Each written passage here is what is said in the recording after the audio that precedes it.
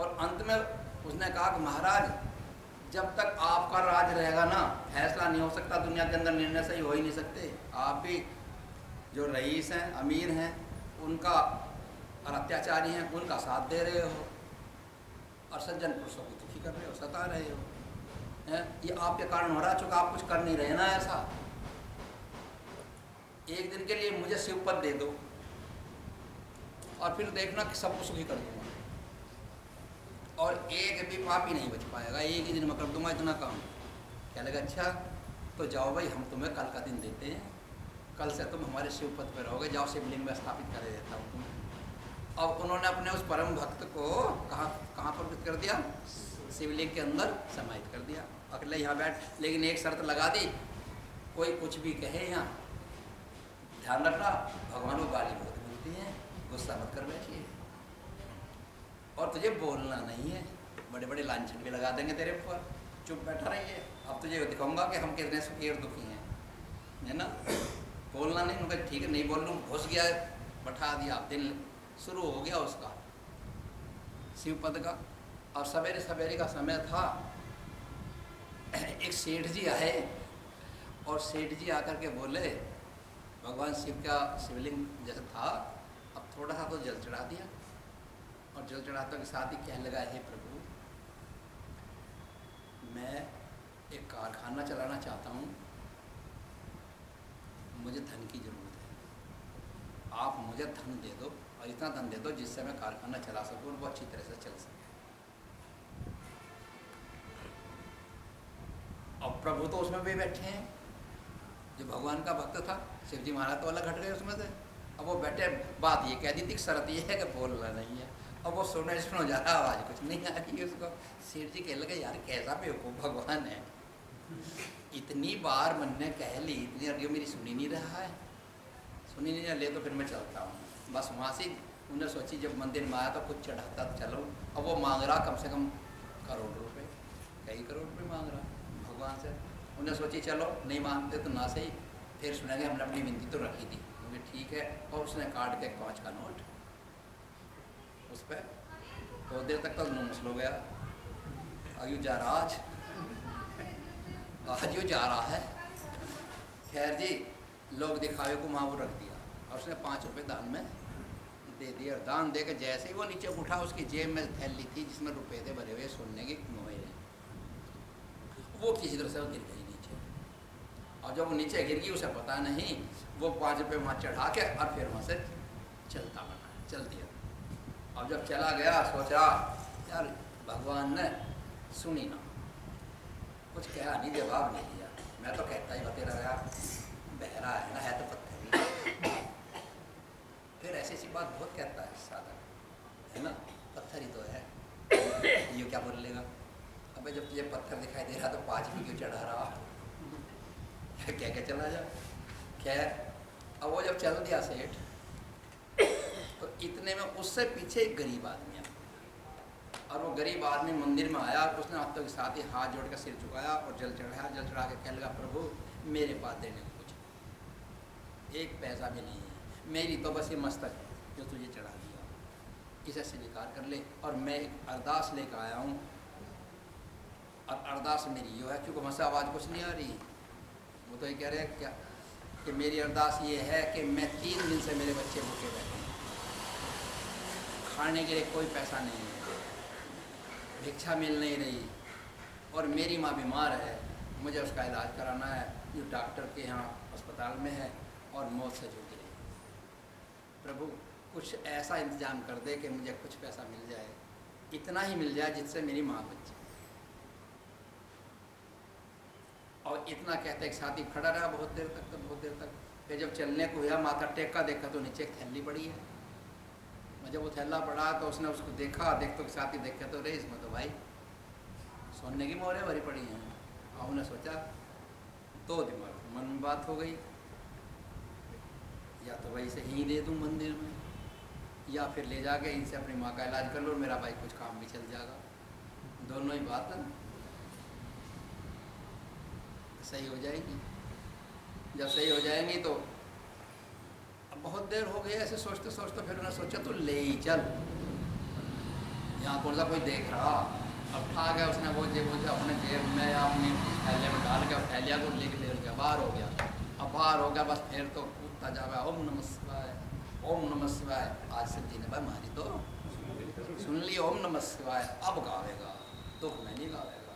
कहते तो है सुख में सुमरण, दुख में सुमरण सब करें, सुख में करें ना कोई।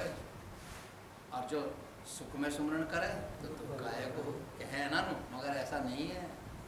सुख में ही सुमरण कर सकते हैं। जो महादुख हो जाता है उसमें तो दुख की पीड़ा इतनी हो जाती है कि वो भगवान से अपनी डोरी जोड़ ही नहीं पाता। एक आध बार कह के चुप हो जा, कोई फिर सामने दुख खड़ा। एक आदमी कैद में पड़ा, सड़ रहा, कोड़े बाज रहे हैं, भगवान को बतेरा याद कर रहा है, लेकिन भगवान कोई मदद नहीं कर रहे हैं। नहीं कर रहे ना, क्योंकि वो कानून में फंसा हुआ है, कानून के दर्जे से उसकी मदद होगी। तो ले गया वो जो साफ गया। इतने में ही वो एक सैनिक आया कि भाई शिव जी का मंदिर चलो, मैं माथा टेकता चलूँ और मुझे आज लड़ाई में भी जाना है, क्योंकि हमारे जो राजा हैं वो किसी राज पर हमला करेंगे। तो मैं सेनापति हूँ और मैं विजय करा दूंगा राजा को, और राजा को विजय करने के बाद में बहुत मेरा नाम ऊंचा होगा, फिर जो मेरे मन में वो भी हो जाएगा। मन में क्या है ये तो बाद में बताऊंगी।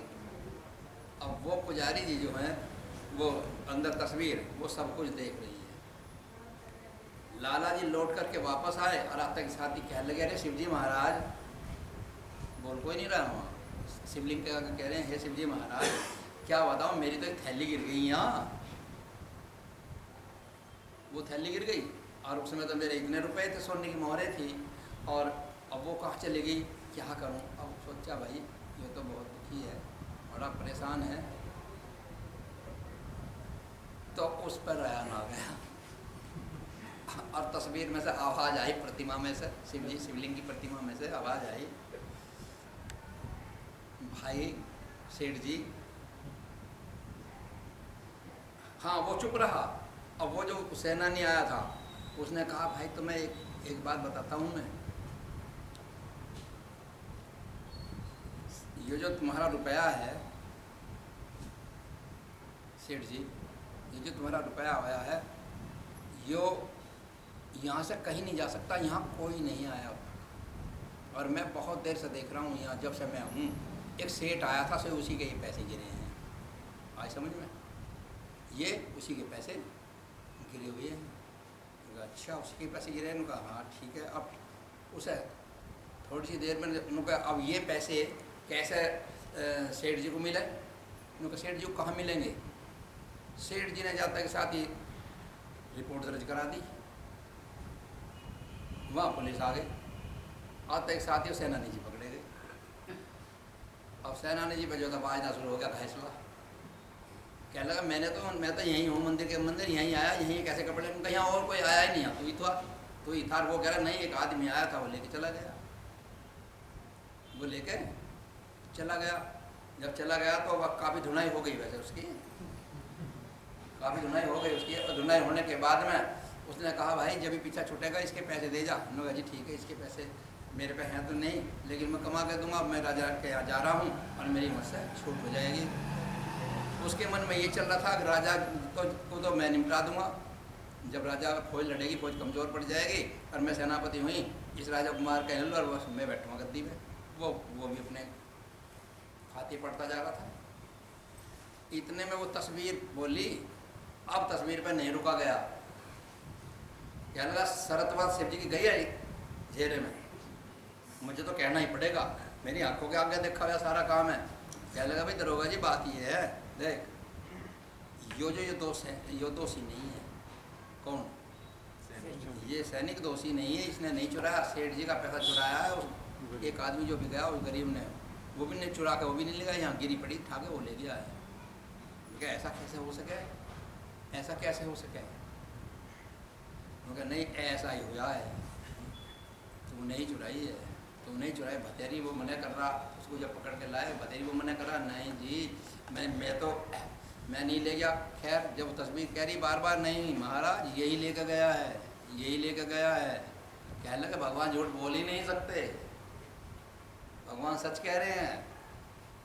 सच कह रहे हैं। अब उसने जो थी जब मार बाजी तो उसने बेचारे ने, उस गरीब ने वो रुपए जो कहते तो वापस ला के दे दिए। जब ला के दे दिए तो दोनों वो भी छूट गया। कौन? सेनानी भी। अब सेनानी भी चला गया। अब इतने में ही दिन जो है पूरा हो गया, 24 घंटे। अगला दिन सवेरे फिर निकल आया। सवेरे सवेरे शिव जी महाराज से कह लगे, शिव जी महाराज आके, अरे भाई भक्त, अब तुम्हारा एक दिन का शिवपद खत्म हुआ, अब तुम इस तस्वीर में से बाहर निकलो और मैं स्वयं में स्थापित रहूँगा। अब शिव जी वो तो निकल के बाहर हो गया क्योंकि उनका भक्त था, और शिव जी महाराज अपनी तस्वीर में समा गए। समाप्तों के साथ ही कह लगे, शिव जी महाराज देख लिया भक्त, देख लिया कैसे फैसले होते हैं। अरे मूर्ख, तूने तो पाप कमाया। चुप रह के भी, चुप रह के भी। अरे मैंने यही तो कहा था कि तू चुप रहना, कोई दुनिया में जो कुछ हो रहा होते रहने देना, लेकिन जहाँ कहीं अनर्थ हो रहा हो वहाँ तो संभालना था ना, वहाँ तो बोलना पड़ता। नहीं तो मैं भी समाज में बैठा रहता हूँ और जब कहीं अनर्थ देखता हूँ तो समाज तोड़ के जाता हूँ, तो समाधि तोड़ के जाता हूँ। चुप रहने के माने ये थोड़ा थे कि तू अन्याय के सामने भी चुप कर बैठा रहे। मूर्ख, वो सेठ जितना भी धन जोड़े हुए है, लोगों को सूद बांट करके सूद का खाने वाला था, लोगों की जमीन हड़पने वाला था और बहुत बड़ा सेठ बना हुआ था। और अब भी बेईमानी के पैसे से गरीबों के खून चूस करके ही वो कारखाना लगा रहा है।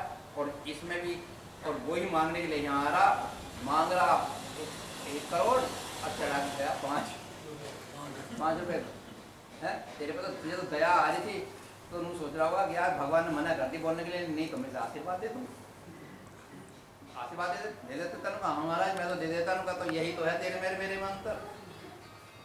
मुझे तू देखता है बाह्य जगत को कि वहाँ बाहर के जगत में किसी के मन में क्या चल रहा है, और मैं देखता हूँ अंतर जगत में क्या भरा पड़ा है। तो हमारे फैसले इस तरह से होते हैं। मैं अंतर जगत की लिखे लेख को पढ़ता हूँ हर एक के, और तुम बाह्य जगत को पढ़ रहे हो, इसलिए फैसले गलत हो रहे हैं। ऐसा में, और जिस आदमी को तुमने पिटवा दिया, जेल से बंधवा दिया, गरीब आदमी को, उसकी माँ बीमार पड़ी है, वो मरने वाली अवस्था में थी। मूर्ख, वो थैली मैंने ही निकाल के बाहर डाली थी उसको देने के लिए।